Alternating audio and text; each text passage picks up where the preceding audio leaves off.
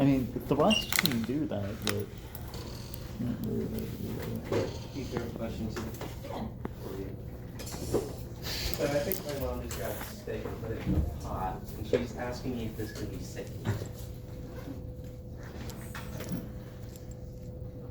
I think. What are those leaves? Are those leaves that dropped off of it? What are those leaves from? Allegedly, I think she just got a steak and put it into a pot and wanted me to ask you. Or was it this plant and the plant dropped all its leaves? So That's what she's saying. Oh, okay, I see. I don't believe it. She asked if it can be safe. So she's joking. I don't know. I just don't believe that thing can live. I mean, it's questionable. Plants surprise me sometimes. Has to that. So yeah, my answer would be I don't know, because I think let her know that if she wants to give it a try, see what happens. What did this happen because it got She said it dried was, out? She said it was outside. I didn't like that. She put it inside, and that's what happened. Now she wants to ask you what to do with it. Oh, so the leaves might have actually frozen, and so then dropped it. And that's why they're I think green. No, it's just that the plant, so this has happened to me with some plants. When you bring them in, it's too much of a stress for them, and it kind of like was too cold for them, and then they'll drop their leaves. So I don't know. I don't know the history exactly. It sounds like it was a cold thing. Depending on how much moisture is in the leaves, if it's a succulent plant and it happens, they can just flat first and then drop. But I've seen green leaves from plants. So. Should I just tell her there's no saving? No. It could potentially come back. I've had plants leaves start to come back out around the top and around the buds, so. Okay. Tell her to put it somewhere where it's getting some light and it's not too cold, and water it when the soil feels like it's getting a little dry. Give it a couple months, see what happens. If nothing happens, then put a new plant in there. Hopefully that stick or whatever it classifies as makes it. I don't know if I should. Back on. Bam. Actually, is it considered a plant if it's just part of a plant? If it's just part of the plant? Yeah. So if you got like a stick or like a twig or whatever, cut it off, plant, showed it to someone and said this is a plant, would that be true? If it's part of a plant. Yeah, but like if you cut off someone's arm and show it to someone and says this is a human, that's not true. That's part of a human. It depends on the plant. Right. So it sounds like the conglomeration of things makes it a plant and not the things itself. Well, like So if you that chop implies like that a we never see a succulent, plant in its entirety because the roots and stuff's hiding like most of it. Yeah, that sounds So I've probably right. never I mean, you really could probably seen a plant uproot a before. plant. I mean, a person can still be a human without an arm. To bring back your example, Are you? Yeah. that guy's still a man, even though you're not seeing the other arm. So is a human a part, like the nervous system itself? That would imply that. Oh my god. What's the nervous system of the plant? That. It's up to you to figure out The what that good. is. But it's that. Actually, I think we can see it on that. No, that's an animal cell. Oh, he made it. Oh, you are gonna make it. I thought you weren't. I really thought you were just gonna take today off. No. Dude, he loves Botany. Why would he miss it? I feel like shit, I'll show up. Yeah, it seems like you're doing worse and worse and worse. Oh yeah, apparently it's gonna just get worse.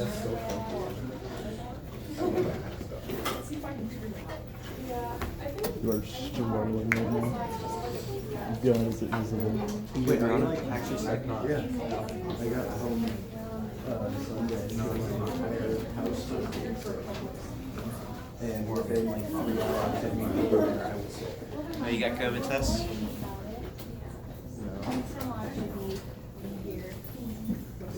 Josh is scared. He almost died. Bro got. Yeah, I almost died one time. Give me an enchantment for in the set. It's really good for making colored things. It makes all permanents, all 5 colors. Makes every land, every basic land type. I forgot what the last thing is. Yeah. That's when I whip out the destroy all permanents that are 5 colors. That's the thing. I think it's only for the 5. Destroy all 5 colors. No, I mean, there's one that's destroy all permanents that are 1 or more colors. That's funny. That's called All Is Dust. It's my favorite. Yeah, no, I love. I have the one where it's destroy all permanents that are all 5 colors. Bye. I don't want to get sick, I'm sorry. That's fine. Where's Goofy?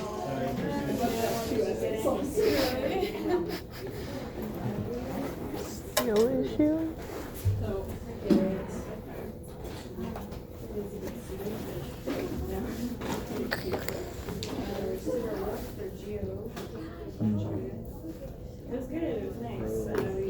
What do you, yo, So rich. so rich. Where's richer than I am? Watch me. 1 out here. I got 3 taps. A nickel and a quarter. Bro, those are lopsided. See, like, you have equal size circles. He may have bigger circles. But Let's call it even because double gives you an extra 50%. We'll call it even.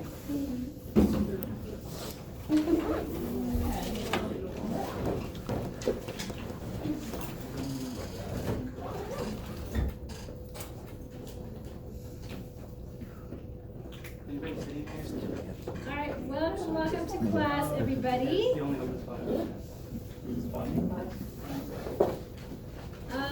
And we do have, there's another spot, there's a couple spots over here too.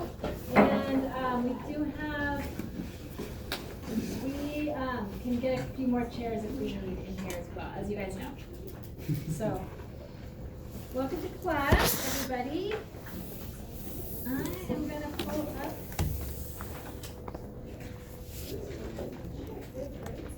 things here.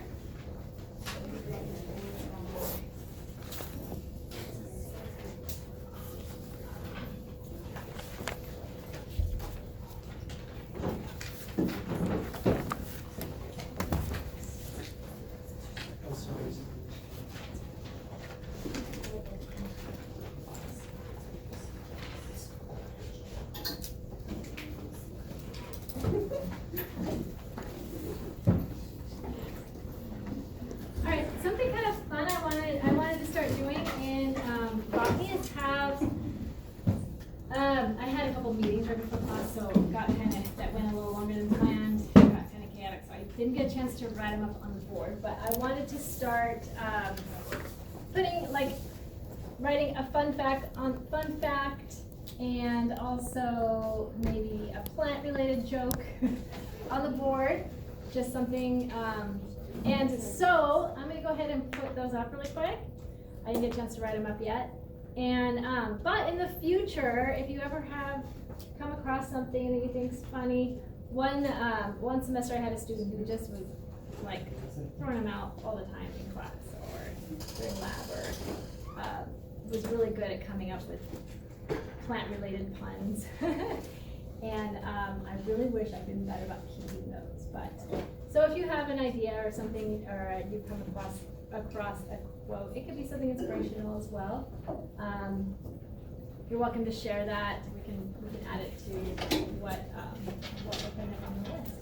So, and as you know, we've got Deanna and Sarah are going to be setting out some things on the side that we're going to be part of our lab today. So if you could try to not be distracted by that going on the sidelines, that would be awesome. So, so first of all, let's go ahead and. Where is my?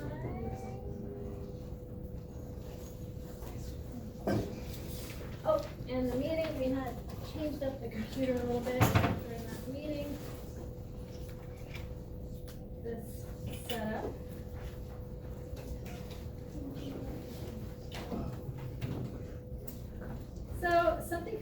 fun. Does anybody know where the term, where the word banana comes from? And that's gonna be the fun fact that we're gonna share today. Is that the word banana actually comes from an Arabic word that is connected to fingers. So if you think about how bananas, and that kind of goes along with your next part of lab today, is related to bananas. So that's another good one. So if you think about a cluster, I don't have a whole cluster today, but it looks like a hand. You've got the fingers. Does that lead you to connect you with any particular kind of song? If I give the term daylight come, no? Yes? You guys know this song? How does that go? Anybody feeling like, we had our intros already last week. You guys are comfortable here. Come on, how's it go? Daylight come and we want to go home. Yeah? Well, where's banana in that song?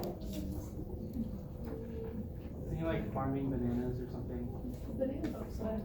Yeah, banana boat song. Yes, collecting bananas.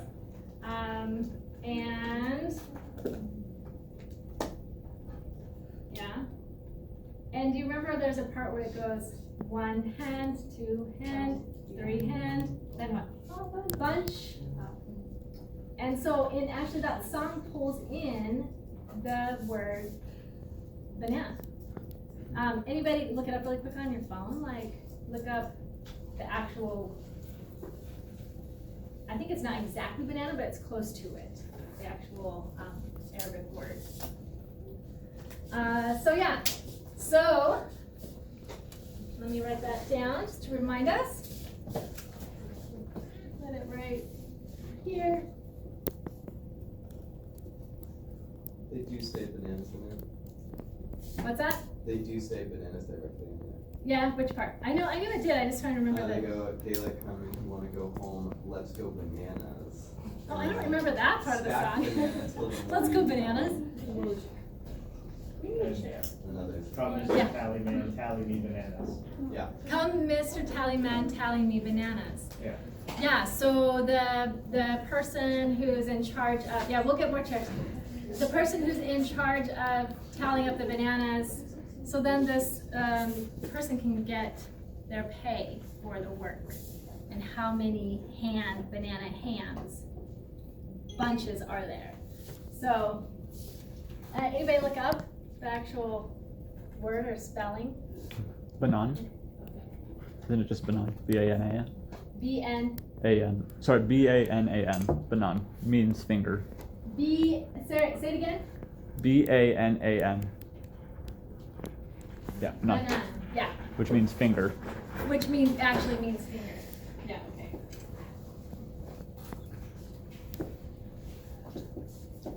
I think. That's what I got too.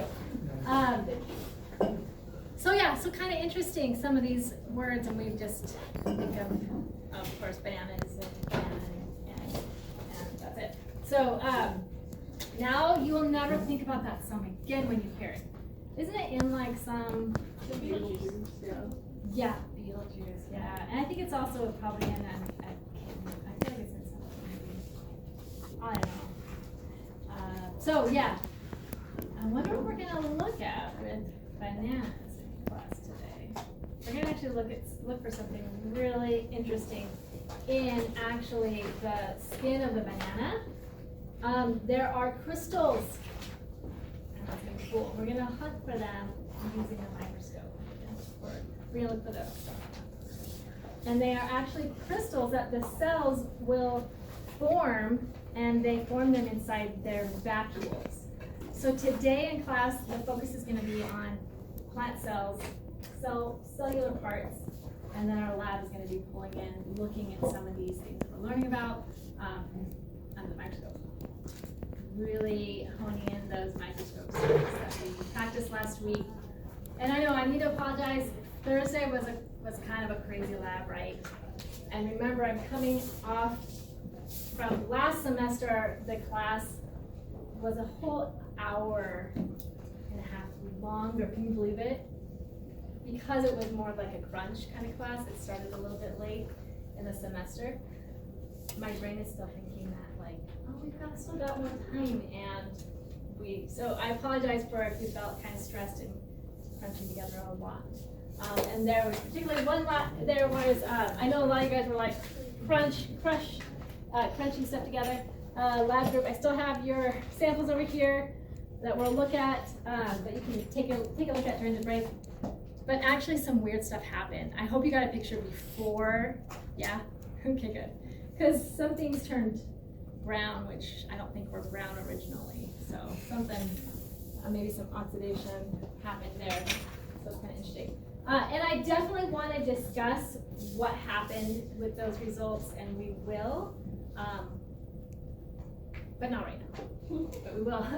I'll pull that lab up and pull it up together and discuss what you guys all got for your results, because you're all doing, as groups, you were doing the same kinds of things, right, between different groups. And you should have the same results, but sometimes things change. Maybe a mistake happened here or there, and that's okay because we're learning. And so I thought it'd be good if we discussed a little bit of those results. So we will get to that a little bit later. All right.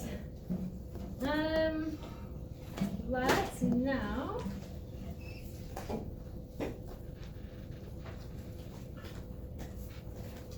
jump into plant cells. Any questions, first of all, in relation to what you've got to do in Canvas? I think tonight things are due, is that correct? Mm-hmm. So remember, after class, if you haven't been into Canvas at all, make sure you get in there and go to that to-do list and hit those things that I'd like you to have done. There's still a few folks who haven't done their set up their Canvas profiles yet. So make sure you do that, and then get just a couple things. There's a video assignment I want you to do, and also syllabus quiz, and a little getting to know you activity. Yes? Is setting for Canvas profiles actually required? I mean, it's worth some points. Yes. Mm-hmm. And then I had a question about Canvas profile as well. I already have mine set up, but there's no way to like turn it in. Should we just leave it? Right. Yeah. You don't turn it in. It's just you just do it, and it's just putting a picture that's connected to you. Obviously, I would like a picture of you because that helps me with your name and getting to know you better. But if you're uncomfortable putting an actual picture of you up, and so maybe a picture of something that related to you somehow, or I don't know, that's okay. I get it.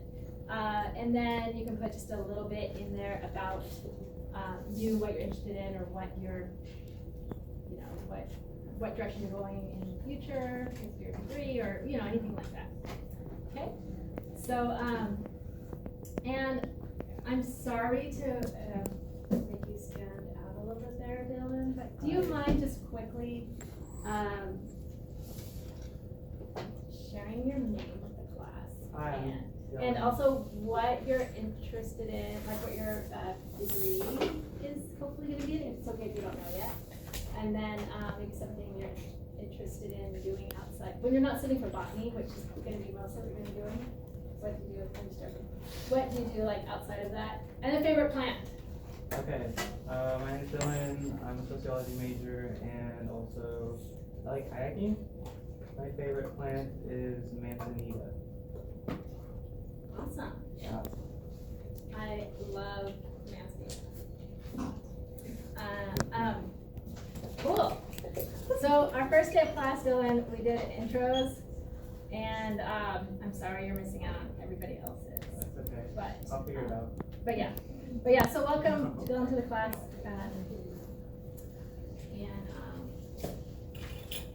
Jumping right in. Let me get this open for us.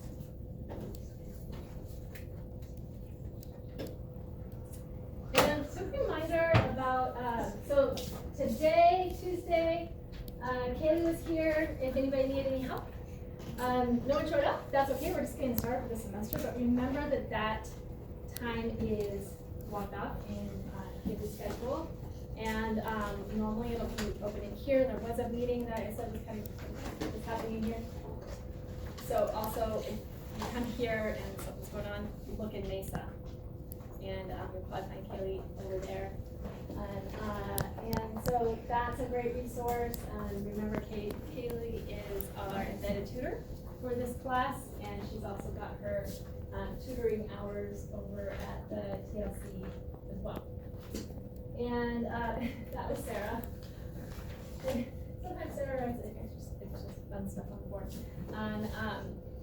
And then for me, my office hours, I have office hour right after class today for actually from 5 to 7 office hours. So if you ever need to work on anything or catch up on something or something didn't make sense to you, that's a great time. Or guess what? You just have other work to work on and you're waiting for your ride. You're welcome to just hang out here, or you want to look at something cool in the microscope. It's open lab hours in Botany after class today. Okay?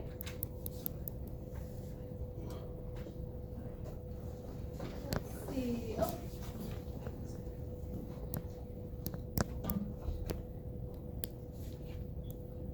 All right, so when talking about cells, I do like to just give a quick brief history about, wait, do I want to enable that? What is going on? This weird window's popped up. Yeah, that's fine. Okay. I do like thinking about where words come from and cell. When we think of cell, we think of mitochondria, nuclei, things like that, right? But also, it's like a room, or like maybe think prison cell, a room, and that's exactly why the term cell was used for what we know as cells. First discovered in a thin slice of cork.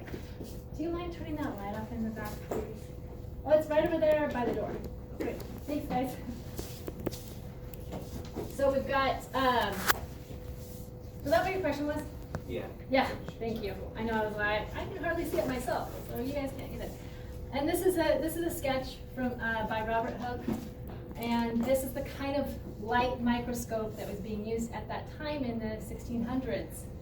And when you look at, when they looked at cork, he saw these little chambers, these little rooms. And so it was actually plant material that was first, the word cell actually was connected with cells of cork. And cork is a layer in what's called the periderm with woody stems. You've got your wood, which is actually xylem, and then you've got your bark, which the inner bark is phloem, and you're going to get to know all this stuff in these next couple of weeks. And then the outer bark is called periderm. A layer within the periderm is the cork layer. And there's the cork cambium that produces cork. So cork, often, what do you think of when you think of a cork? Wine. Wine. Yeah, a wine cork. And actually nowadays, cork's not as, a lot of wine bottles now are using like a more of a synthetic kind of material, or it's just a screw cap. But you still find like traditional real cork being used. But it's used for a reason. It's very lightweight, impermeable to gas and liquid, and that's a big reason why it's used to cork wine, keep air out, keep things in. Termite resistant, fire resistant, soft buoyant. You can make flooring out of cork now. Well, I guess it's been used for a while. Not super common, but it's actually a renewable source in that the cork oak, all woody plants produce some level of cork, but certain species produce a lot of it. And the cork oak, Quercus suber, produces a really thick layer of it. And so it's harvested, and then it can actually regrow as long as it's harvested properly. If it's cut too deeply in, it can damage the tree and make it so damages that cambial layer and it won't allow it to keep growing it. But if it's harvested properly, it can be reharvested 15 times in the life of a cork oak. So that's a little background, interesting background, I think, about cells, where that word comes from, and a little history there.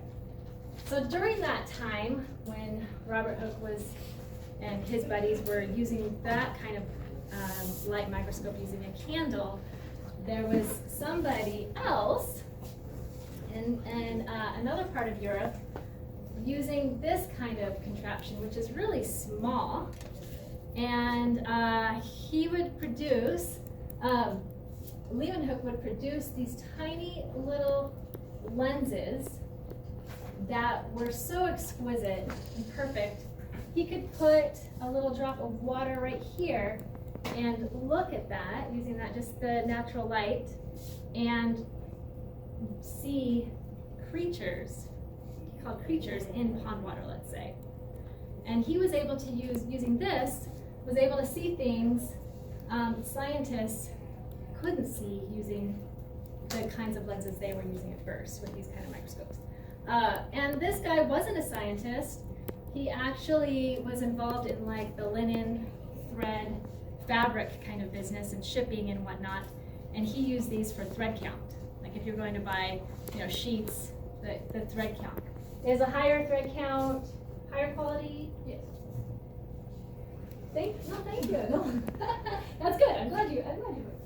I actually don't care if you. We don't have to do the hand raising in here. You can just say things. But if you want to raise your hand, it's fine too. So yeah, higher quality, higher thread count, and more durable kind of fabric, and maybe a smoother feel kind of thing, right? So that's why he was making these at first, but then he got kind of really interested in all this other stuff, and he actually started looking at other things, not just pond water, and drawing images like this, like whoa, can you imagine? Just regular pond water, all of a sudden you're seeing these things, and he's sharing these images. He's sending them over to the scientists, like Robert Hooke, like, dudes, look what I'm seeing in pond water. And they're like, this guy is crazy. We're looking at pond water, we're not seeing that. But his lenses were so amazing that he was able to see this stuff. And they just kind of ignored this guy. He started looking at blood. He was looking at sperm. He was like, whoa, I'm finding all kinds of crazy stuff. And so these are his first drawings of sperm. And of course, at that time, it was like, the people didn't understand how babies work. Well, they knew how babies. They knew what happened there, but they didn't understand the cell at a cellular level what was going on, right? And it was just kind of thought that the man's totally the only thing responsible here. The woman is just where the baby grows. The man puts the seed inside, right? Well, so when this guy was finally accepted, what he was seeing was accepted, and the scientists like Robert Hooke was able to get their lenses a little bit higher quality, and they were starting to see also these cool creatures in pond water, like you guys saw last week, remember? Can you imagine seeing that stuff for the first time? You're like, whoa! So then every time you go swimming, you're like, whoa, I'm swimming with all these things that we didn't know about before. Then this was drawn up. The idea that, okay, well, if there's these interesting sperm, these cells with tails swimming around in sperm, then that must be, the baby must be inside of that sperm cell. And, right, Scott? That's right.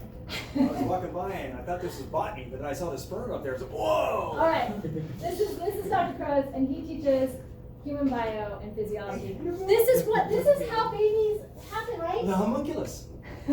Homunculus. Are you going over the homunculus? Yeah. Ooh, man, you guys are so lucky. Not very many people go over the homunculus.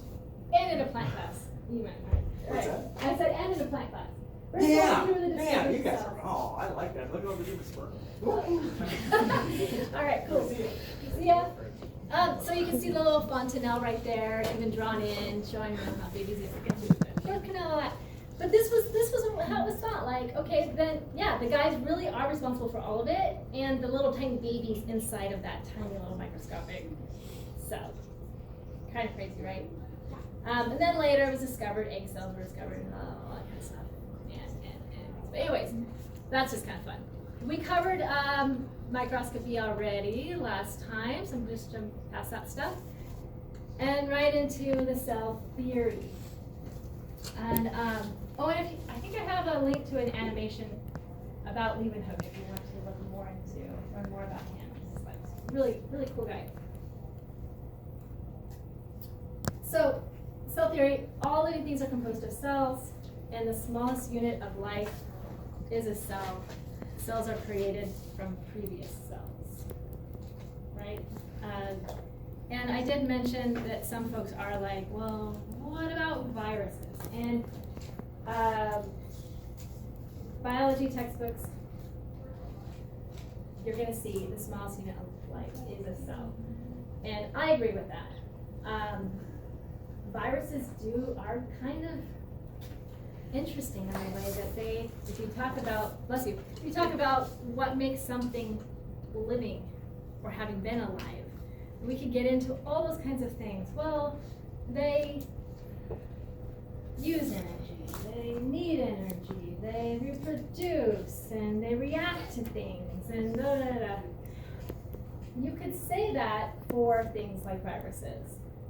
And you're like, but viruses aren't able to live on their own. They need other living things in order to live and reproduce. They need living things in order to produce themselves or be produced. And it's like, well, what about unicellular organisms that are, or parasitic organisms, or that need to have another organism to do the full life cycle? So you can get into all that, and we're not going to get into that anymore really than what I'm saying here, but in here, smallest unit of life is a cell. Viruses are an interesting thing too. So living things are cells, are made of cells, or they are cells. So we have unicellular organisms. We also have colonial organisms. So a unicellular organism can sometimes be considered a colonial organism at certain times of its life. There are interesting slime mold kinds of colonies where there's amoeboid type cells that are like an amoeba, a single cell amoeba. But then certain times they can get together and form a colony that looks like a multicellular organism and functions like that. So it's really life. There's all kinds of crazy things out there with living things. But we know that plants are multicellular. We are going to talk about sperm cells in reproduction, and those sperm cells, do escape and come away from the plant on their single cell. But that's part of the life. That's part of the life cycle. Just like kingdom Animalia, all multicellular organisms as well. Yes. What are protists? So, good question. Protists used to be grouped into kingdom Protista. They're no longer, kingdom Protista is no longer accepted as a kingdom, and it's just kind of like all over the place. But a protist really is something that doesn't belong in any of the other groupings. So something that's not a plant, not kingdom Plantae, not kingdom Animalia, not kingdom Fungi, not bacteria, not archaea, but is eukaryotic, is considered a protist. And there's protists that are more fungal-like, protists that are more plant-like, or algal-like, and they are. Algae is kind of in there. Algae would be more the plant-like protists. And then there's animal and fungal-like. Yeah, they're all over the place. So they're potentially going to be split into multiple different kingdoms, but it's still being worked out by taxonomists. Sometimes, I don't like this, but you'll hear some scientists say protists are kind of like the John Durham taxonomy. We don't know where to place them, so they just kind of get thrown in there for now, but they're getting worked through. All right. So here's an example. When we were covering microscopes and different kinds of microscopy, light micrographs versus scanning electron micrographs, transmission electron micrographs, so SEM, TEM. We're seeing a single-celled organism here, which is Euglena. And Euglena in itself, the euglenoids, there's so much diversity there. Some that are not photosynthesizing, some that are, some that sometimes are, and some that aren't, and all over the place. But that's an example of a single-celled organism that here it's showing photosynthesizes, has chloroplast in it, but it's not considered a plant. So if we think of all cells on Earth, we can place them into one of two categories, either prokaryotic or eukaryotic.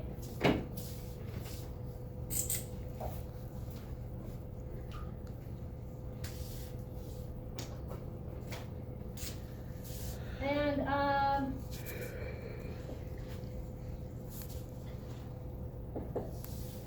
did we talk about this already? I think the first day of class, we talked a bit about the difference between prokaryotic and eukaryotic. Prokaryote versus eukaryote. And you remember we talked about, related to,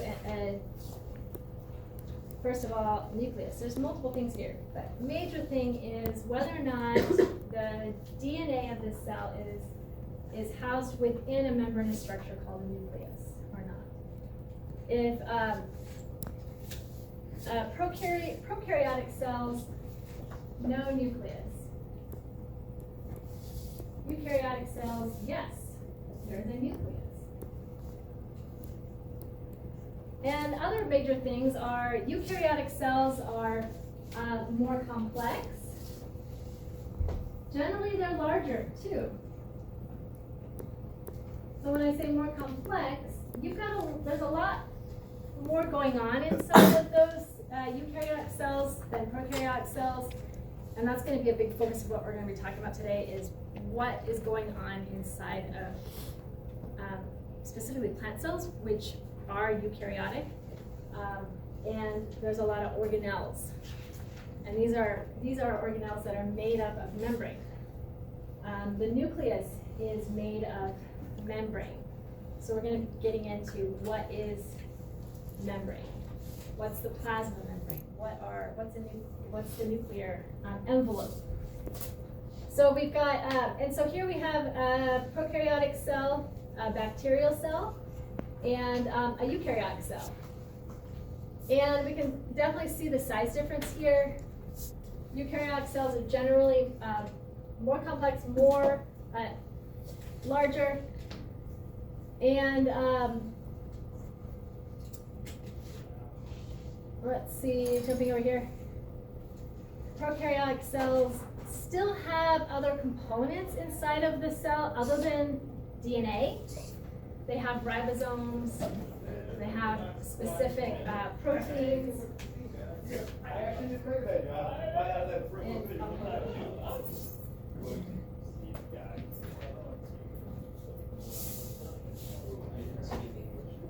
And the back door, sometimes it doesn't get unlocked, but it's unlocked. So just remember, sometimes these locks get locked and you go out. So if you go out and the door's locked, it's not because we don't want you to come back in. Sometimes they just get bumped. So don't feel shy and knock on the door. We'll open it for you. All right. So there are ribosomes, which, do you guys remember what ribosomes are? We're going to get into, quickly go over what all these components do. Yes? They transcribe RNA and Awesome. Yeah.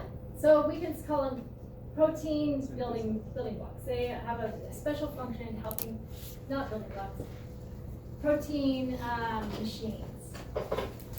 They help put together the building blocks to make proteins.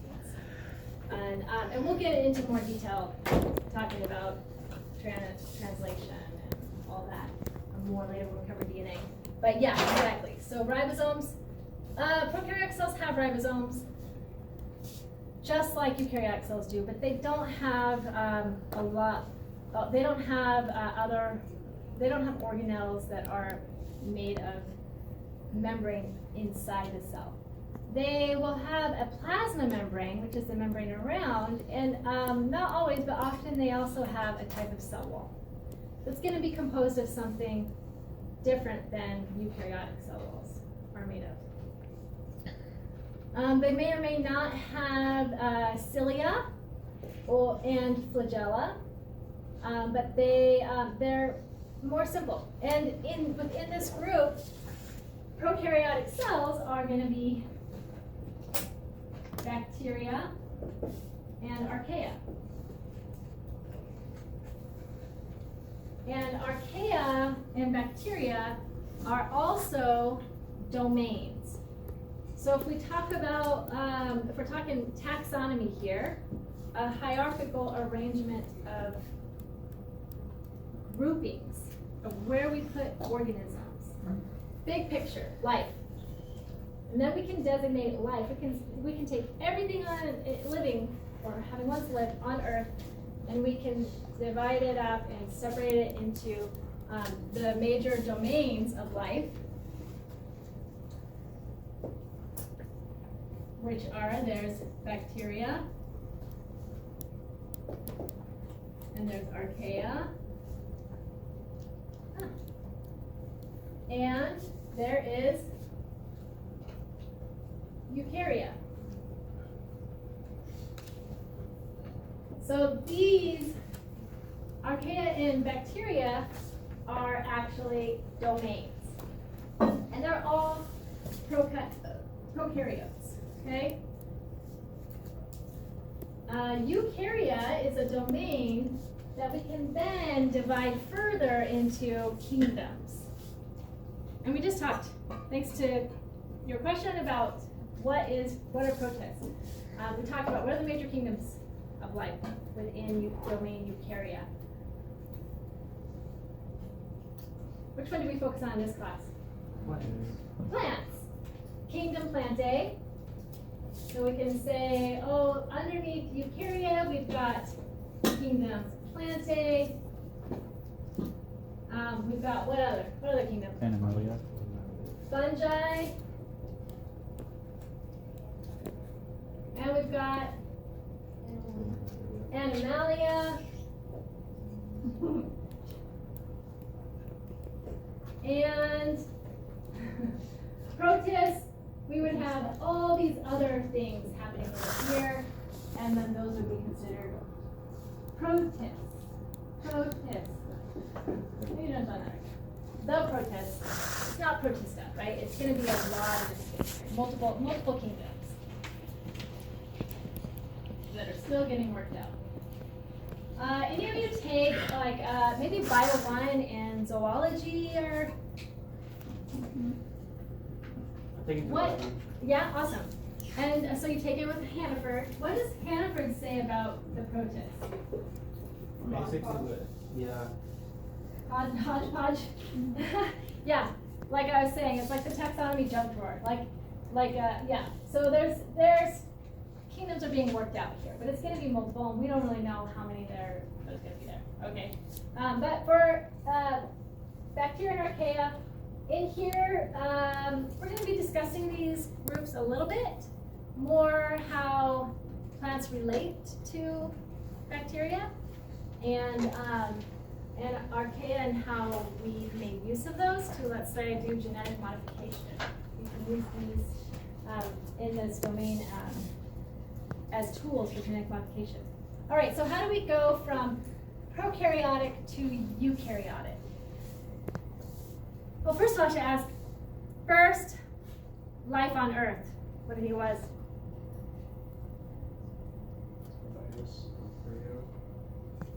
Prokaryote. So, unicellular prokaryote. And so then that would mean that eukaryotic cells evolved. Eukaryotic cells evolved from prokaryotic cells. And there's two major steps. Well, and within those, lots of things going on too. But we have the endomembrane system evolution, and then we have what's called endosymbiosis. And these are just foundational for any kind of biology course you're taking. You're going to go through this stuff and be reminded of this stuff. So, combination of endomembrane system evolution has to do with what happened for the formation of the nucleus. Because you can see here, the DNA is kind of hanging out in this what's called a nucleoid region. And for bacterial cells and archaea, this is what their DNA is like a big circular chromosome, like this. What about eukaryotic DNA? It's linear, so it's just like this. And I know, but you guys are like, yeah, but it looks like an X, really, right? Something more like this. But what we're seeing is you have a linear chromosome like this, where, and then as that cell's getting ready to divide, it replicates itself, and then it becomes this, made of two sister chromosomes. But we'll get into that later. But so really, it's the eukaryotic cells have what are called linear chromosomes, and bacterial and archaea cells have circular. And so, but this is all squished in together into what's considered a nucleoid region, and then there's little like sections of DNA out there as well. But we'll get into that later when we cover genetic modification. So the DNA is kind of in the central region. We have infolding of the plasma membrane. Plasma membrane folds in, and then we have, with time, some of those sections kind of piece off or section off within the cell, and you have some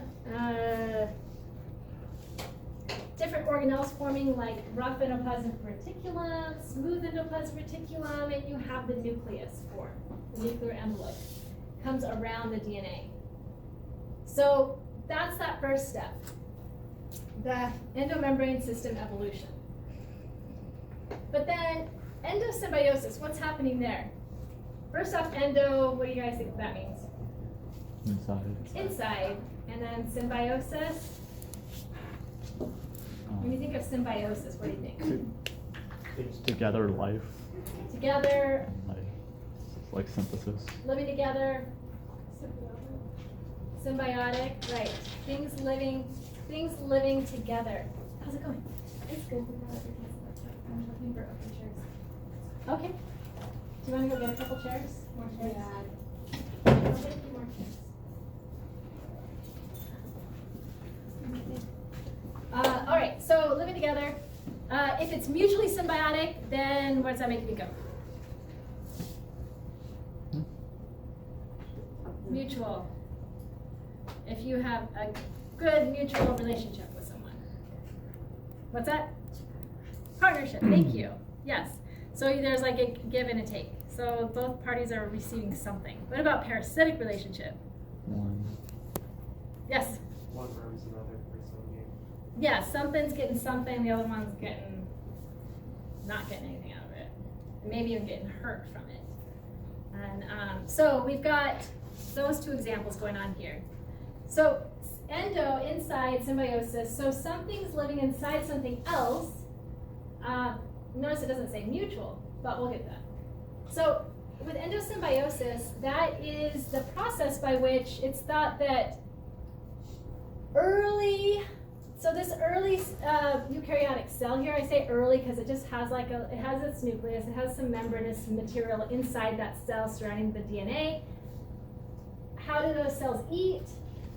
They engulf things. So they engulf things, take it in, and then you have this membranous kind of like pouch that then enzymes can be put in there to help break stuff down, and they eat it. Well, we don't know exactly what happened here, but these early eukaryotic cells were engulfing some an aerobic bacterium. So So another bacterial cell that's aerobic, that means it needs oxygen, loves oxygen, and it engulfed one of those. Something about that membrane of that cell that it was engulfed, it tricked, or somehow the cell's like doesn't end up eating it. Something on that membrane, something evolves, some sort of chemical signal there that caused it to not get eaten and get kind of accepted into that cell. It just lives in there now. And that cell though, it's aerobic bacterial cell. It's actually considered heterotrophic. These are some new terms, might be new terms for some of you, might not be. So if something is heterotrophic,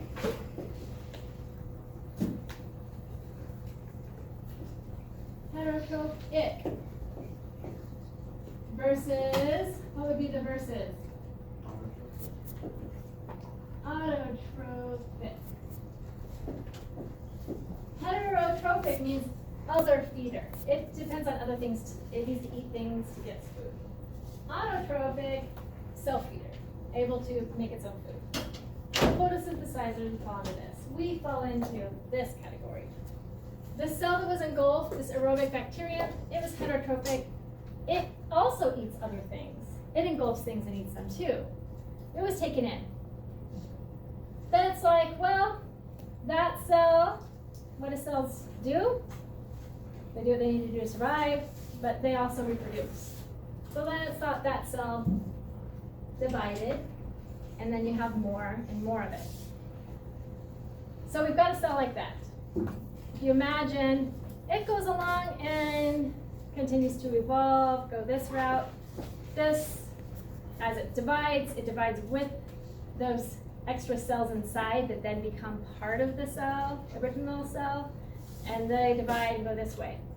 Let's say over here, this branch over here engulfs another cell. That one that's engulfed is a cyanobacterial cell. So cyanobacteria, they would be in this autotrophic category.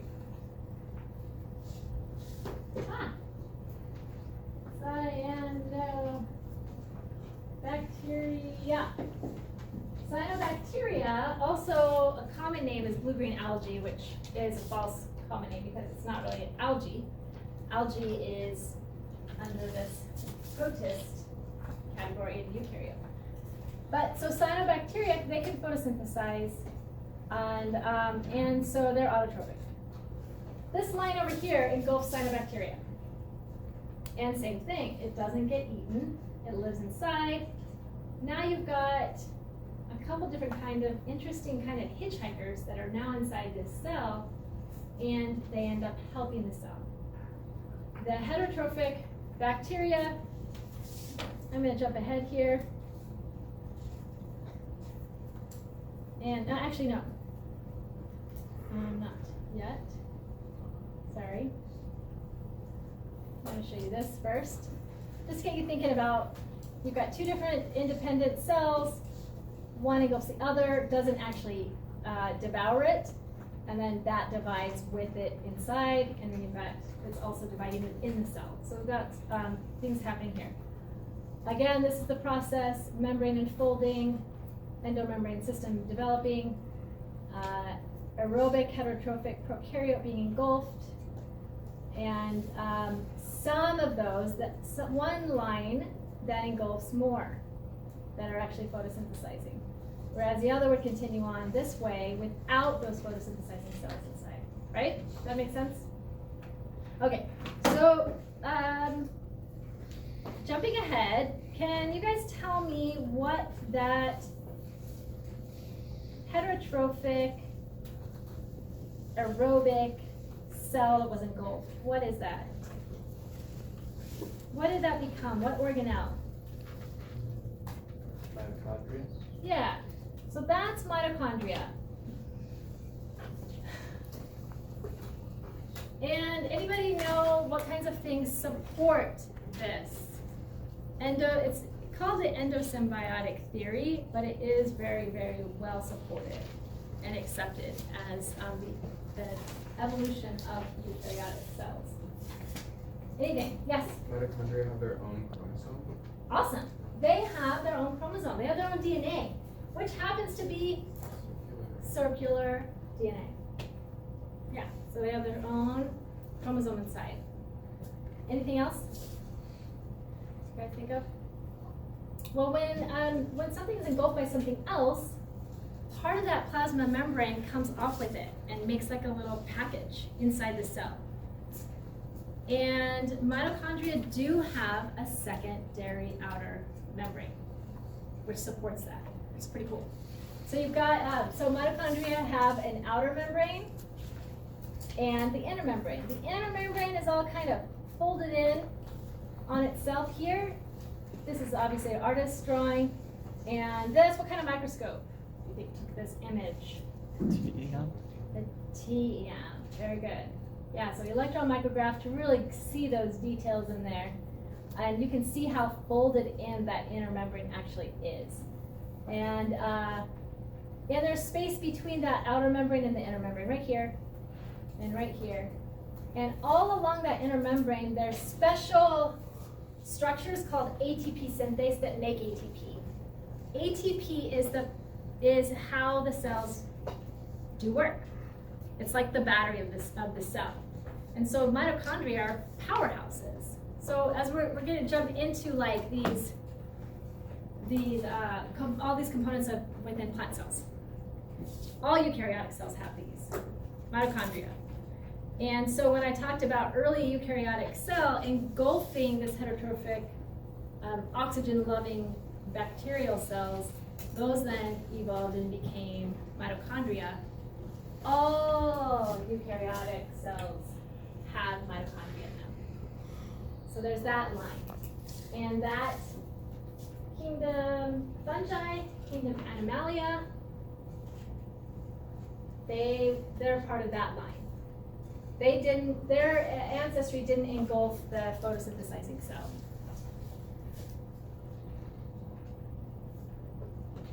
So, jumping into, where's our, oh, nope, back here.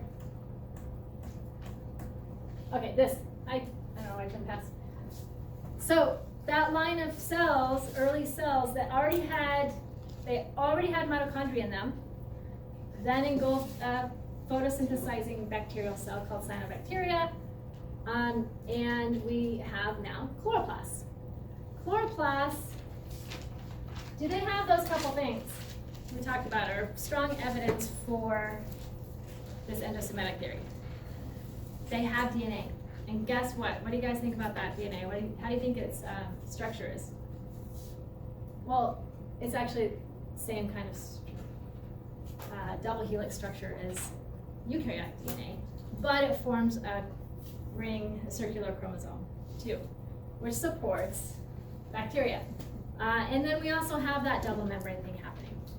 And what's crazy is, well, we have the plant A is of that line, and some protists that photosynthesize are also of that line. They have evolutionary line I'm talking about. So they have chloroplasts inside and mitochondria.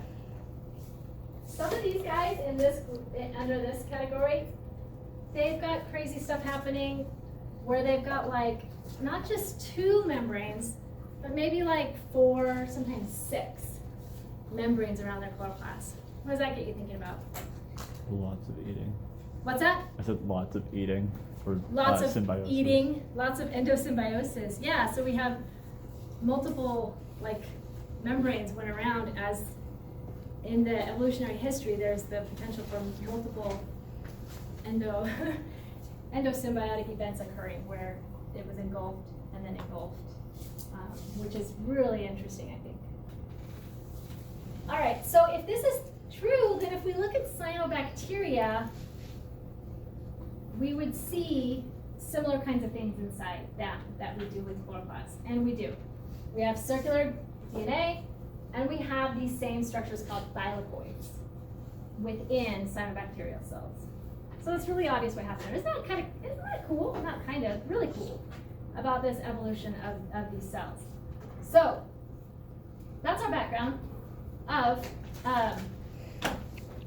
what's happening there with the evolution of eukaryotic cells and the formation of two really important organelles that I want you to know about. Oh my gosh, I forgot to mention what chloroplasts do. We talked about what mitochondria do. What do mitochondria do for the cell? Make ATP. I said they're like the powerhouses of the cell because the food that we eat, the food that plants make, there's components that go over to mitochondria and get broken down, and that energy within those food molecules that are either made by photosynthesis or eaten like us, we eat them, they get broken down and ATP is actually formed in the process of pulling the energy out of these molecules. Mitochondria do that. It's awesome. What do chloroplasts do? Well, you knew already. You guys knew that. Yeah. They use light energy to make energy for the cell. Yes.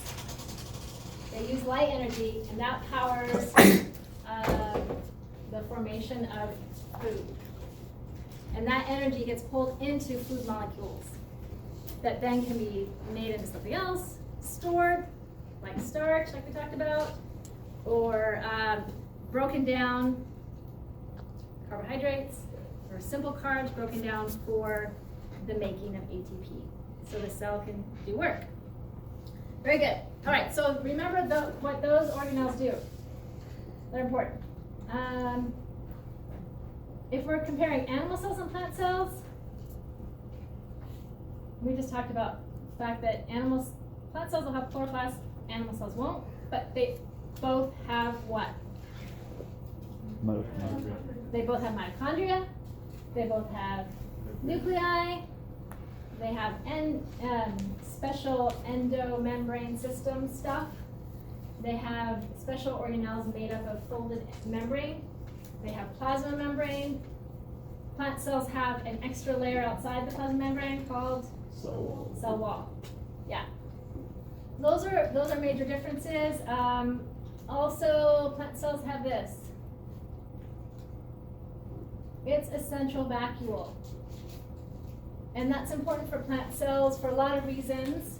One of which to help with water balance, helping to keep that cell nice and turgid and full against the cell wall. But there's other functions too. All right, cells. So we talked about eukaryotic cells. They can fall into these major groupings within domain eukarya. And if we're talking plants, it's multicellular, starting from a single cell, but then splitting and those cells differentiating, and you have this multicellular organism. And then you have some over here. In fungi are multicellular. There's some unicellular examples like yeast in there, and then we have some unicellular examples in protists. Animalia also multicellular. All right, within Animalia, well, let's say humans, we got a human nerve cell. This is a single cell, and what I'm trying to point out here is just how diverse cells can be in shape and size, up to 1.5 meters long. So that's pretty crazy when you think about how long that cell is. It's like about that long. These cells can be that long. From our brain down our spine, wherever they need to go. That's a single cell. Pretty crazy. And within the protist group, which encompasses the green algae, there's a cell. This is an entire cell that looks like a wine glass. It's a single cell. It looks like it's multiple cells, but that actually is a single cell. It just has a really crazy shape to it, just like a neuron. Then we have fiber cells that can be up to 20 centimeters long, which is pretty big, pretty long. So lots of different sizes and shapes with eukaryotic cells. All right, so compare the mitochondria and chloroplasts here in this picture. This is actually a drawing that is copying exactly a TEM, so an electron micrograph. Here's a nucleus, Here's a vacuole. And it's hard to make out other organelles specifically, but these chloroplasts are huge, mitochondria are pretty small. And generally that's how it is. Chloroplasts can be are pretty good size and are easier to see in plant cells than mitochondria are really tough to see. All right, so starting out, moving in, if we are thinking about the cell wall, we already talked about major components last time. Cellulose. What category, biological molecule category does cellulose fall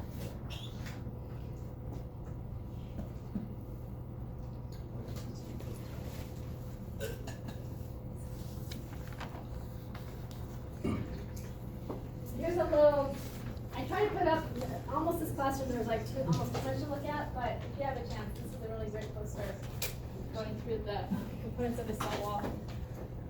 But we've got carbohydrates.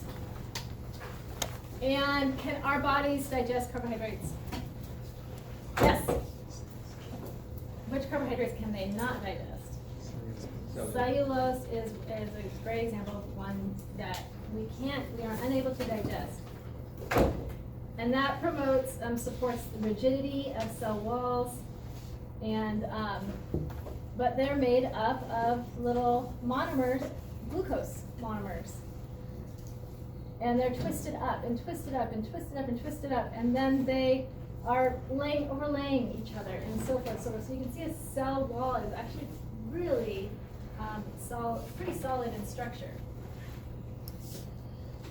And major function is structural support of the plant. And there's also other components we'll get into as well, but plants don't have, especially if you think about an herbaceous plant. I mean, a woody plant is different story. We'll talk about that. They don't have skeleton, internal skeleton like we do. And you can kind of compare a cell wall to the exoskeleton of something, an insect in human animalia, having that sturdy structure for those cells, and then those built together.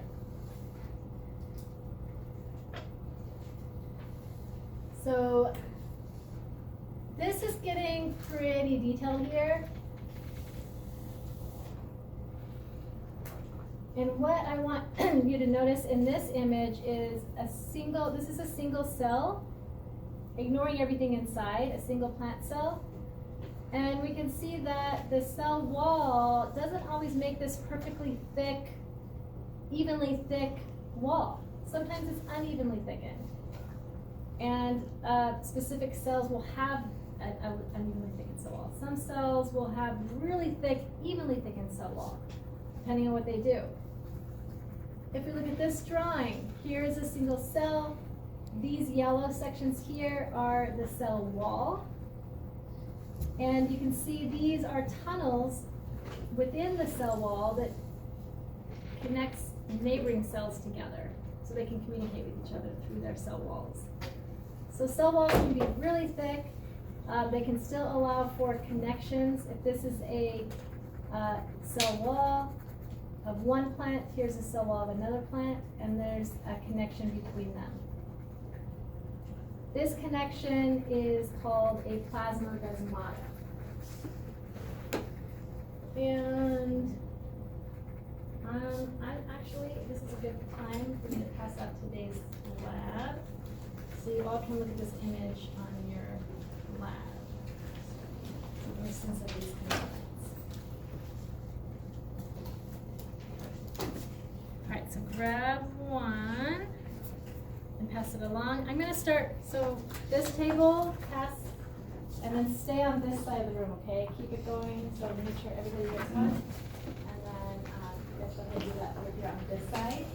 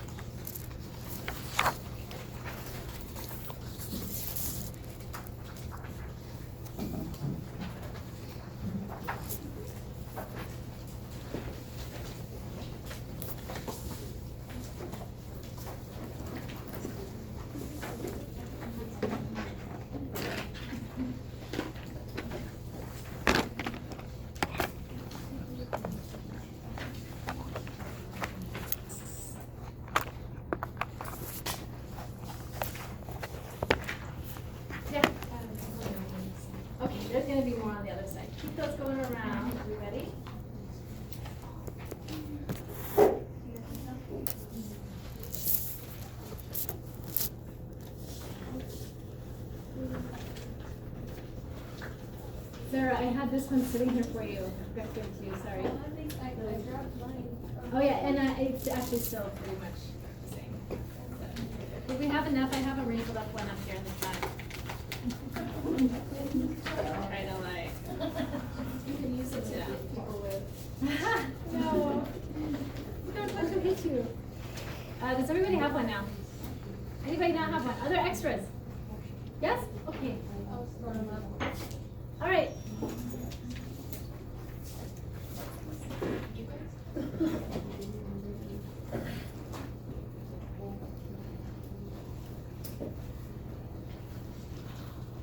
All right, so, thank you.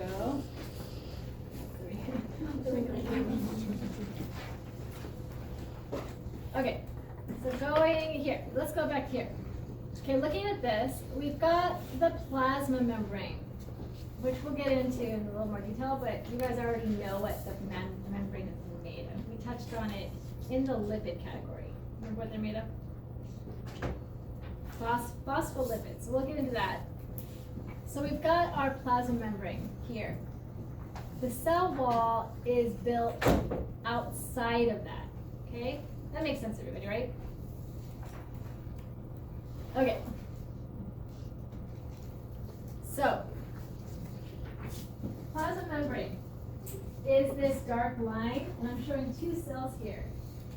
At one time, these two cells were one cell, and they underwent mitosis and divided.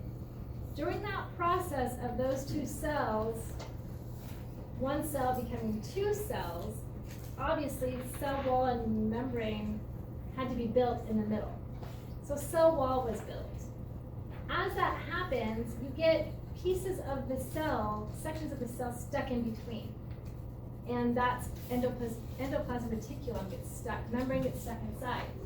And so as these, so I'm gonna go ahead and draw a thick cell wall. Depending on the cell, you may or may not have a really thick cell wall. When these two cells were produced, the cell membrane, cell wall were formed in the middle. When it was produced, let's see, it'll go like that. Sections got stuck kind of in between.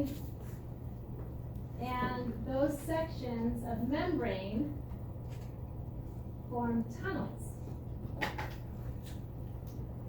And so, what's kind of interesting here is that that membrane then actually goes in here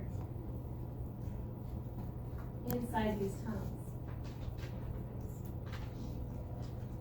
If that hopefully makes sense. Guys, does that make sense?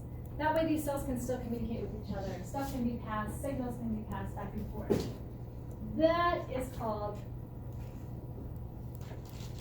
plasmodesmata. Those. And think of those as tunnels through the cell wall that connect neighboring cells. So what you're seeing in front of you, oh shoot, I have to add one more thing before we get there. All right, this is considered primary cell wall. Depending on the cell, if this is a cell, like the picture you guys have in front of you, these cells actually, you guys know when like you're eating a peach and you get to the pit, how bony and hard that is? If you imagine doing a thin slice right through something like that, and looking at it with using an electron micrograph, you would be able to see, it's like bone. And it's just all these cells, really, really hard cells stuck together. That's what we're looking at here, except this is a persimmon pit. And some of those cells, depending on what they are, these ones are special cells called sclerids, which are like bone cells for plants. And they produce what's called secondary cell wall. So they have even like an extra thick layer, 2 layers of cell wall.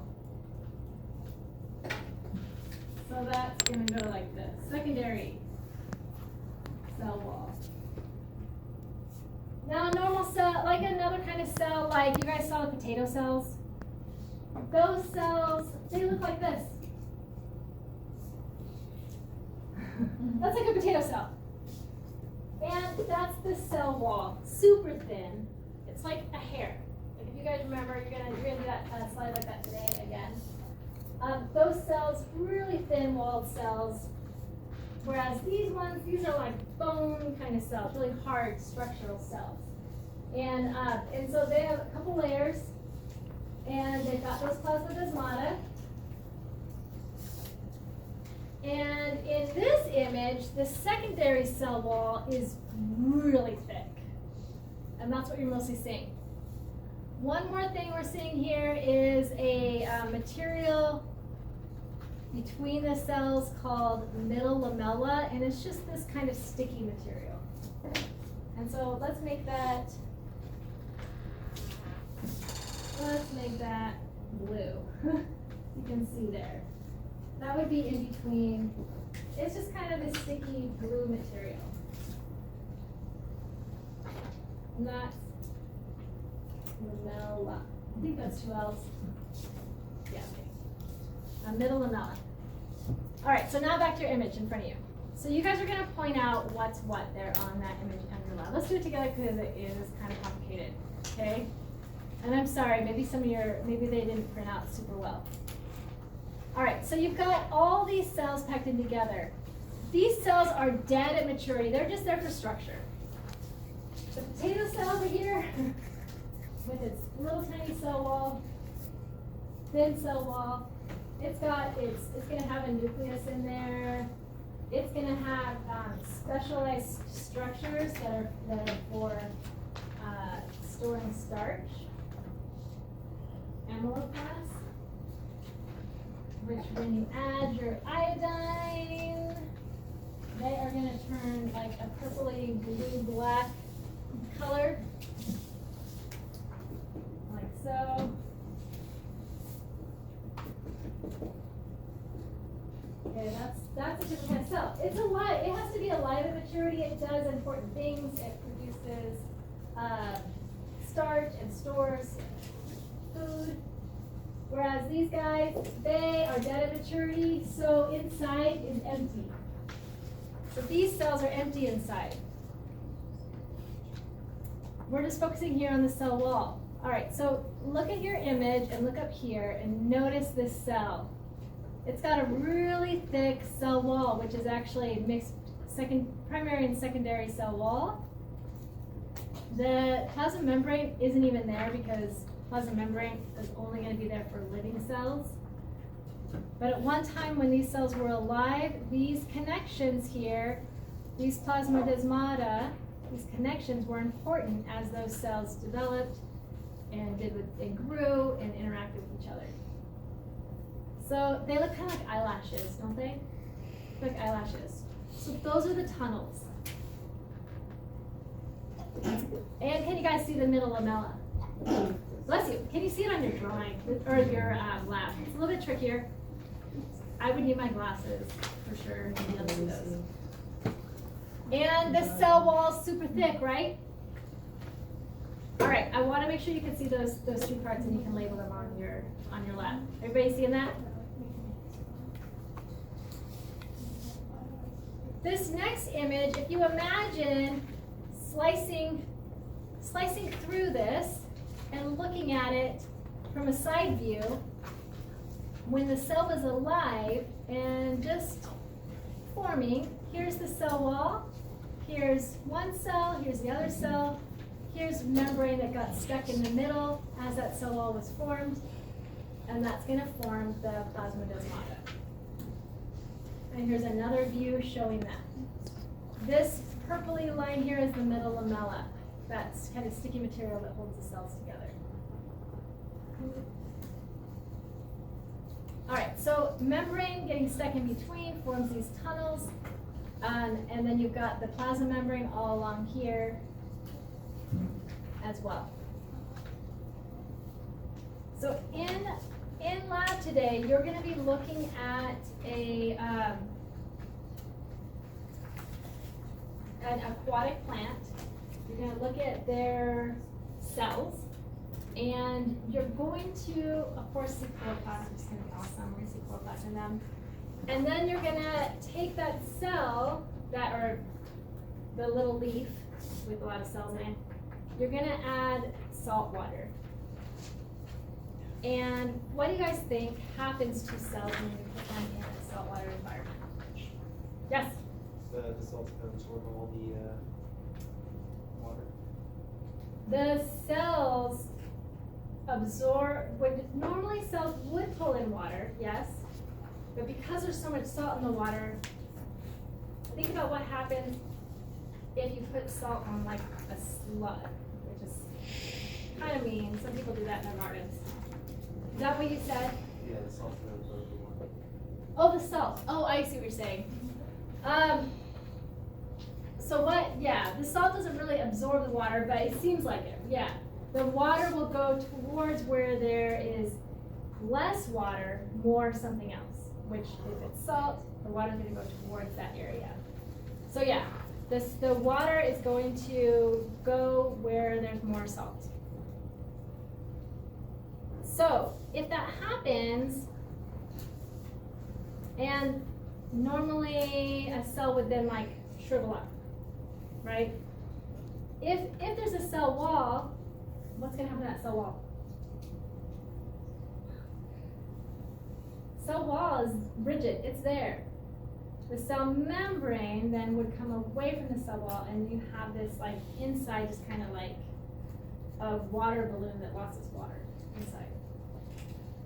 So I want you to be thinking about that when you're going to do something, and watch for that cell membrane pull away. There's a lot of things going on in that part of the lab, but I really want you to focus in on trying to make sense and see if you can tell the difference between the cell wall and the cell membrane. It is pretty tricky. Thank you. All right, so membrane. Membrane's made of phospholipids. And phospholipid, as we talked about the other day, they love water on one part and don't love water on another part. So the tails are fats, fatty acids. They are afraid of water. The heads love water. So if you just take a whole bunch of these phospholipids and throw them in water, what do you think is going to happen? They're just going to like, what's going on here? And they will conglomerate together and form like a sphere kind of structure, just like a cell. So it's pretty amazing. Just because of the way they interact with water, they just produce a membrane, but they produce it in a double layer called a phospholipid bilayer. The tails coming together away from water, the heads next to the water, outside the cell, next to the water, inside the cell. They don't actually make chemical bonds with each other. It's just because of the way they interact with water. But you could have different things embedded in it within the membrane, which we'll talk more about later. It's a huge component of how photosynthesis works, is what kinds of things are embedded in the membrane inside the chloroplast. And the phospholipids can move around, and so they're considered a fluid mosaic because there's different things embedded within. So moving from the phospholipid bilayer of the plasma membrane, the cell membrane, we have a lot of different components inside the cell that are made of membrane, such as the nuclear envelope, which we already talked about, that houses the DNA, which is kind of thought to be like, I guess we could call it the control center of the cell. Yes, there's DNA in mitochondria, there's DNA in chloroplasts. That DNA does special things for those organelles. The DNA inside the nucleus controls what proteins are being produced for the whole cell. And it's surrounded by a nuclear envelope, connecting with a next organelle that we're going to talk about. right here, endoplasmic reticulum. This is membrane that's folded up on itself and connects with the nuclear envelope, and other components which are more tubular, and they're thought to have different functions. One endoplasmic reticulum that is considered rough is studded with ribosomes. And we already talked about ribosomes are like protein factories where protein is actually produced, and a very special process that we'll talk about in more detail later. And but we have the DNA that stays in the nucleus. Messenger RNA takes the message of the recipe for how to build a protein out, hooks up with ribosomes, and with another important RNA molecule, the tRNA, we have then proteins being produced, amino acid chains, okay? Here's an actual image showing ribosomes and amino acids being hooked together, forming polypeptides, and moving along the messenger RNA. So ribosomes are going to be in the cell, in the fluid of the cell, and ribosomes are also shown spending a lot of time connected to or related to the rough endoplasmic reticulum. And here you can actually see these dots on here are the ribosomes. So if ribosomes are protein factories, and there's a lot of them on rough endoplasmic reticulum plays a role in protein building, protein structure, and then right connected to that is the smooth endoplasmic reticulum, which to help you remember what's thought to be the main role of smooth endoplasmic reticulum, think of lipids as having fats being an example of a lipid.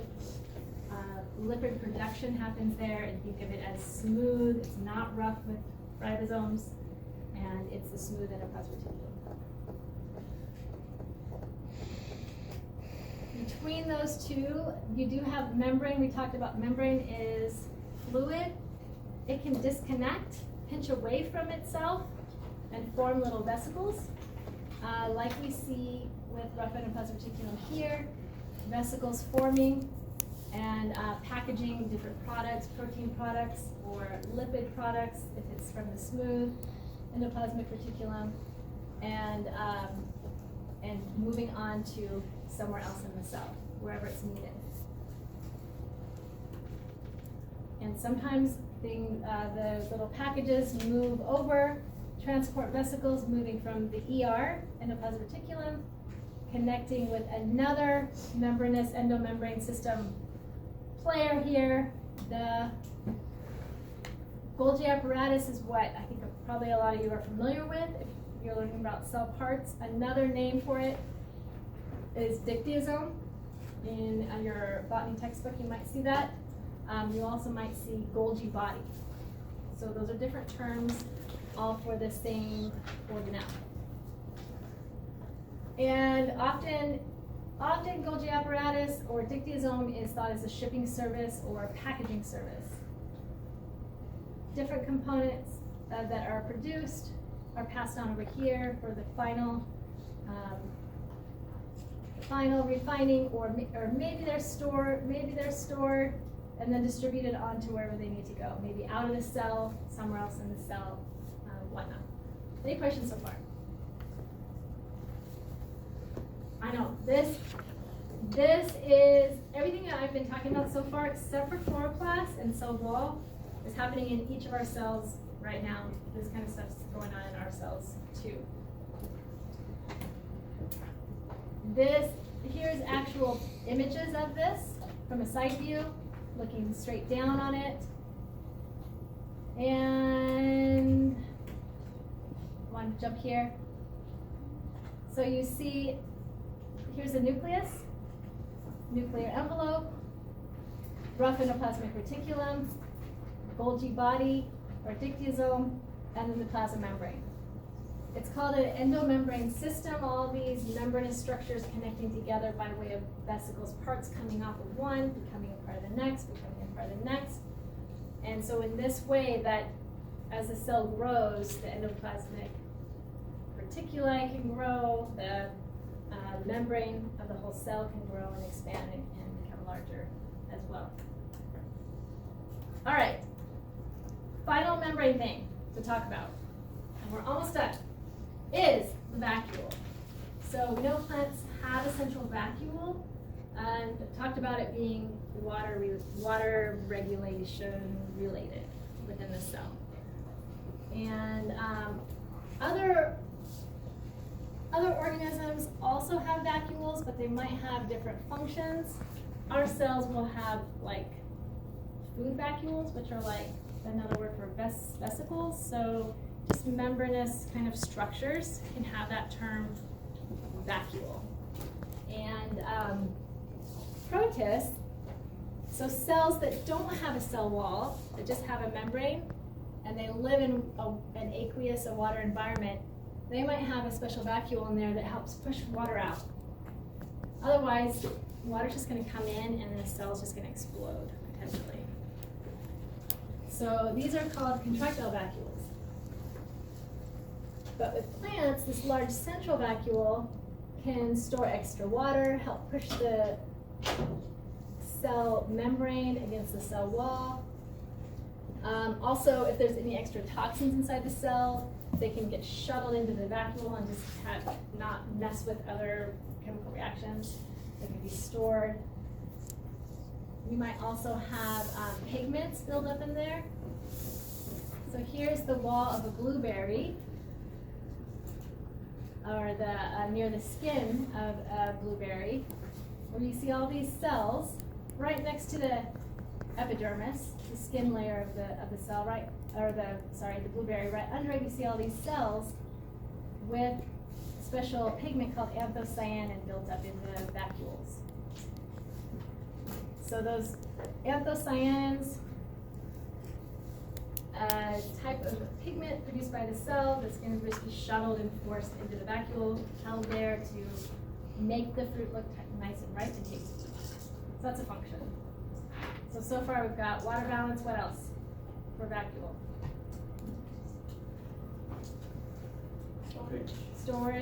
Storage of toxins, storage of colors, pigments.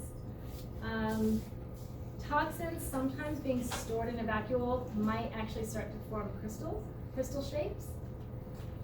And in plants we see a couple major kinds of shapes of crystals: druses, which look like this, almost like a rose; bud, like all these little sharp, or a star, all these little sharp points. You might also have what are called raphides that form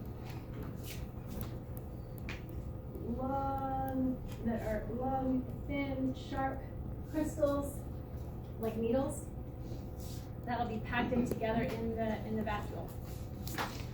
Question? Yeah. Is that like the crystals you were mentioning in the bananas? Yeah, exactly. What is in the bananas that makes it crystallize, I guess?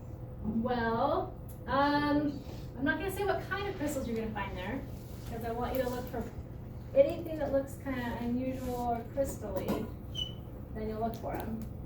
And but you can have crystals. Well, what do you guys think? If a plant's forming crystals, what might they be used for? Yeah. I think it's like sugar crystals or something. For these ones, these are made of calcium oxalate, actually.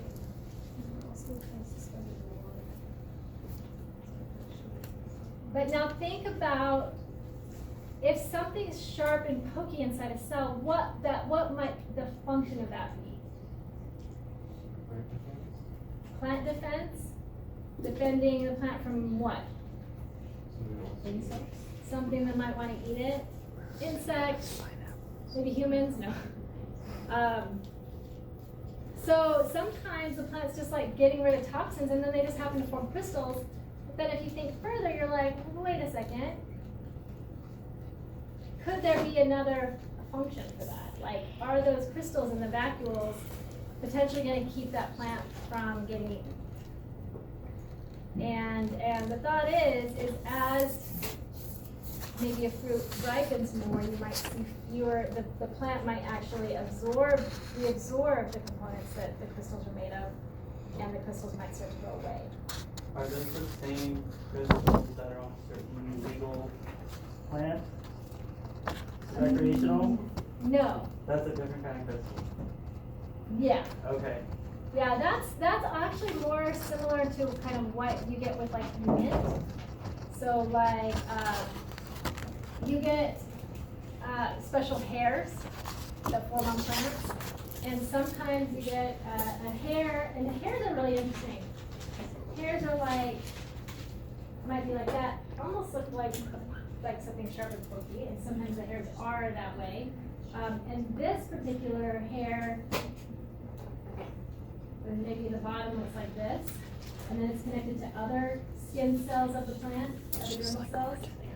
And this is a single cell. This one, let's say the nucleus, let's have the nucleus be around here. So there's a nucleus for this cell, a nucleus for this cell, a nucleus for this cell.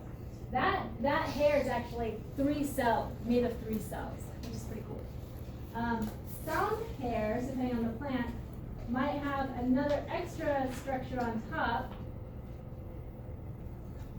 That's called a gland, a glandular hair.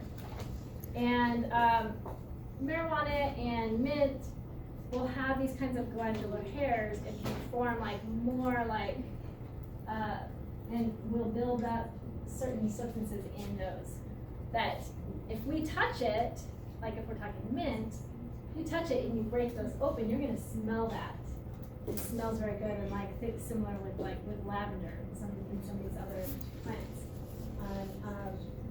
And there's different functions for those. And maybe we might like to use those. Maybe there's some sort of something that we like the smell or aromatherapy, how it feels, or with marijuana, right? That's a really good question. So different kinds of things. It can almost look crystally, but it's actually just a substance produced by the plant by way of special glands. Okay. Yeah. Yeah. Does pineapple have types of crystals in it, and that's why it makes our mouths hurt when we eat it? That's a really good question. And yeah, pineapple can, it does, but there's also a special kind of acid that's produced there that can kind of be bothersome to us as well. But yeah, does everybody have that? If you like to eat pineapple, do you ever get like that sore mouth? Yeah, anybody eat a lot of pineapple and you don't get that? Yeah, it doesn't seem to bother some folks. But yeah, so if you ate a lot of like banana skins, you might have that happen with your mouth as well. But yeah, that's a really good question. So, and you're gonna look at a prepared slide where you're gonna look for crystals. And it's actually pretty more common than you think. It's pretty cool. All right, have we gotten, whoops. I think we're almost done. Let me jump through here. Oh, let me jump into chloroplasts again really quick here, because I did talk about chloroplasts in general, and that's how it actually started, right? We have a cyanobacterial cell. I don't remember where I had that. I think I erased it. Cyanobacterial cell that was engulfed, and we have chloroplasts. But we also have other kinds of plastids. A chloroplast is a type of plastid, okay? Just when you thought you were done learning about not cell parts, another whole chapter opened up. A chapter called plastids. So you are all familiar with chloroplasts, ends in plast. So just take that last part and add an "id" on the end, right? Plastid. Chloroplast is a type of plastid. And it's like the original plastid. And plastids, think of them as very plastic. When I say plastic, I mean you can take plastic and melt it down and make different things out of it. So plastids are that way, in that you can have a plastid become a chloroplast a proplastid become a chloroplast, or a chloroplast, it's originally a chloroplast, but then it can change into an amyloplast or a chromoplast. And you see this. How many of you have grown tomatoes? Raise your hand. You've grown tomatoes. If you've grown peppers. Peppers that actually, like, maybe you want it to, maybe you're collected once it's an orange or a red pepper. And tomatoes, green. Tomatoes starting out, right? But what do they change to? Right. Usually red. Sometimes you have like some yellow, some interesting heirloom tomatoes. But so that green, think of the green tomato. That green tomato is full of cells that have chloroplasts. Yes? As that tomato ripens, those chloroplasts actually convert into chromoplasts. Why do you think that happens? To try to get attention of seed dispersers, birds or whatever. So we talked about color in vacuoles. Well, there's other kinds of color out there. Plants can produce color in different ways and store color in different ways. So a chloroplast becoming a chromoplast, we see that if you guys have grown tomatoes and you see the green tomato become a red tomato. And a chromoplast is, it looks similar to a chloroplast, but instead of the chlorophyll pigment being prominent, there's other kinds of pigments that are prominent, like carotenoids. And some flowers, yellow flowers, the petals, like a daffodil, same sort of thing happening. You've got special plastids in there that are called chromoplasts. All right, so carotenoid pigments, that's the chromoplast. And you guys, you don't have to know all of these. I'm just going to have you be aware of a few of them, okay? But just know that there's a lot of different plastids out there that do different kinds of things. So far we've talked about chloroplasts that conduct photosynthesis. Chloroplasts can also produce lipids. Chromoplast, pigment synthesis and storage. And you're going to look for some today in red pepper. So you're going to make a microscope slide of red pepper and try to find those chromoplasts. Which when chloroplasts become chromoplasts, they actually become smaller. So you're looking for kind of smaller looking structures. How about a leucoplast? What do? Synthesize fatty acids and amino acids. They don't have much of a color to them. Amyloplasts, storage of starch and sugars. Remember when you looked at the potato last time? Those potato cells are packed full of amyloplasts, which, have you guys ever had a potato out in the sun for a little while on your countertop? Or a potato you kind of forget about, and they start to grow out of the eyes, which are buds, they start to grow potato plants, leaves. What color does the potato start to change to? Yeah, it starts to change green, because that potato is actually a stem, and it'll start becoming green. So those amyloplasts are changing from an amyloplast, where it's storing starch, producing and storing starch, to a chloroplast. And so they can change different ways. So those are actually well, I want you to remember proplastid. It's just like a plastid, it's just a general term for plastid that isn't specific kind of plastid yet, like proplastid. I want you to be specifically familiar with chloroplast, amyloplast, chromoplast. They all have double membranes. They all have that circular chromosome, right? They have their own DNA, and they can do different kinds of things. Yes? On the previous slide, I saw that the chloroplast said lipid synthesis. Yeah, they do produce a small lipids, and sometimes you'll actually see these little lipid bodies inside. And part of that too has to do with the formation of pigments. So remember we talked about within the category of lipids, there are some pigments in that under there, and along with like some vitamins and other interesting things. So it's more specific to like pigments, but then it'll also have lipid, like little, almost oil drops will form sometimes in chloroplasts. And and you can actually see it it in this little model of a chloroplast here. These little black dots are like little lipid globules inside the chloroplast. This white is actually showing starch being stored inside. Chloroplasts can also store starch. And then they can convert over to an amyloplast, which that's their main function, is storing starch.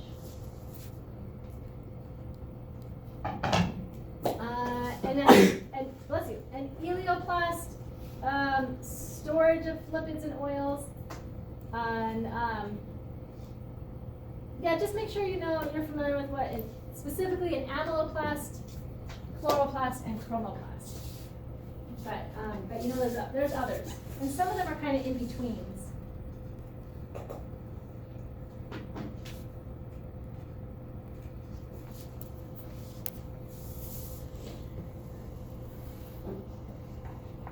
So leucoplast, elioplast, if you remember, leucoplast, elioplast, synthesis of fatty acids, amino acids from leucoplast.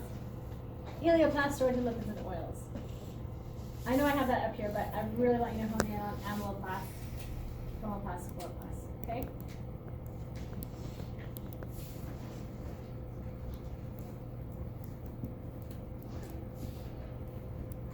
And you know how some seeds, some fruits actually are rich in oil, like coconut, right? A lot of palms have a lot of oil in them, and that's due to these elioplasts too. And avocado, another one of those. Yeah. You said that palms have a lot of oils. Mm-hmm. What's the oil that we usually harvest? An oil. Like palm I think a really the palm oil. Yeah, like where's that from? Like, are you talking just like the general palm oil Yeah. that you hear like a lot of bad stuff about? It is specifically from a palm tree, not the coconut palm. It's from a specific oil palm, and it produces these fruits that aren't like a coconut. They're smaller fruits, but they have a really high. They produce coconut oil is also a wonderful oil, but people love palm oil. It has a really long shelf life. It can take high heat, and it doesn't have a rich, strong flavor. So yeah. Why were you asking specifically about palm oil? We hear about it a lot, right? What do you usually hear when you hear about palm oil? Low production cost. Yeah, that's another one. Unsustainable. It's a problem. I've seen it firsthand. I've been to places where there used to be rainforest, and it's just now palm oil palms just around everywhere, and it can actually be sustainably grown if it's done right. But obviously, when you're cutting down rainforest and just there's still organisms that can live in a palm oil field, but not very many things can survive in that kind of situation. So yeah, say no to palm oil unless you can tell it, unless you're sure it's sustainably grown and harvested. All right, I think that final thing then is cytoskeleton. Oh, and cytosol, cytoplasm. Anybody recently learned about cells in their class, or you feel pretty up on it? Do you mind giving a definition of cytosol versus cytoplasm? Cytosol is just the matrix in which all the organelles float, whereas cytoplasm is including all of the organelles. Mm-hmm. And let me see, where is I think it's right here. So, yeah, it can be kind of tricky because automatically people think cytoplasm, you think of this slimy fluid, plasm. Well, I don't know, I always did.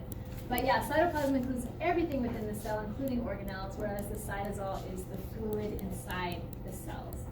And of course, it's mostly water, but you've got a lot of other things mixed in there too, and a lot of other components. All right. Now on to looking at this plant cell, we should make sense of things here. You can see the cell wall, cell membrane, plasmodesmata between cells, chloroplast. It's not showing other kinds of plastids specifically. Vacuole, cytoplasmic strands. Sometimes you have little like tunnels even through a vacuole.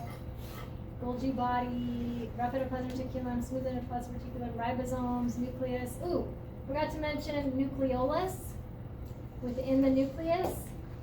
All of this around the nucleolus is called chromatin, which is DNA and proteins. And when the cell's getting ready to divide, then the DNA coils up and forms specific chromosomes that you can visualize. That's chromatin. Nucleolus though, what do you guys think? Does anyone know nucleolus? When you look at an onion cell today, the main thing you're looking for here is cell wall, nucleus, when you look at onion cells. And I hope you can get in close enough, high power, and make sense of maybe some little dots in there, blobs, and those would be nucleoli. That sounds a lot like nucleus, so I'm sorry they sound so similar. The nucleus is the main membrane structure that holds DNA. And multiple nucleuses, you actually say nuclei, right? And nucleolus is the blob inside of a nucleus that actually is thought to produce ribosomes. And ribosomes are made up of RNA and proteins. So if you hear ribosomal DNA, ribosomes are produced within, originally thought to be produced within the nucleus. But then there's protein mixed in there as well, so kind of complex. Nucleolus, nucleoli. Nucleus, nuclei. You guys got the difference in there? So nucleoli are the blobs inside the nucleus. And you may see one or more. Okay? Does this have cytoskeleton in here? I don't know. That's all we're going to talk about from there for now. All right. So cytoskeleton provides structure to the cell, also cellular highways.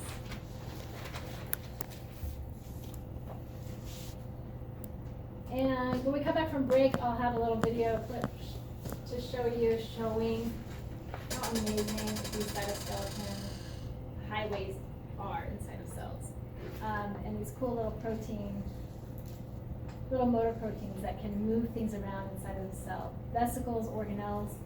So they play an important part in moving components within a cell, changing the structure of a cell, giving structure to the cell, and so forth.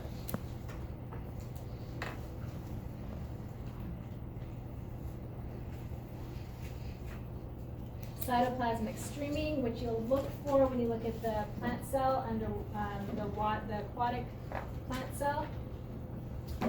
I want you to see if you can notice those chloroplasts moving around. Yes, there's just movement within the fluid, but also these things are moving around by way of cytoplasmic streaming and moving along the cytoskeleton. Microtubules are also cytoskeleton when we talk about mitosis occurring and what's happening with moving the chromosomes around. So all really important components of a cell. Oh, I forgot I had this in here. So here you can see these are similar to the cells you're going to be looking at today. Here's a rectangular plant cell. They're not always rectangular. As you saw me draw circular and blobby cells. The chloroplasts are moving around. Also want you to notice, hey, check this out. See that? See how there's almost like a little tunnel through here, and you can see it here. And you can see some other little dots. Most likely those are mitochondria that we can see as well. The chloroplasts are much larger. And that this main clear area, you guys know what that is? Vacuole. So the vacuole is going to take up a good portion of the cell, of a plant cell, in general. And then chloroplasts are moving around, trying to find the best place for pulling in light energy, or maybe too much light energy is happening, so they'll move around. You may, I don't see anything here, this may be a little bit. You may see a blob about this size, and that, there's a good chance that is a nucleus, okay?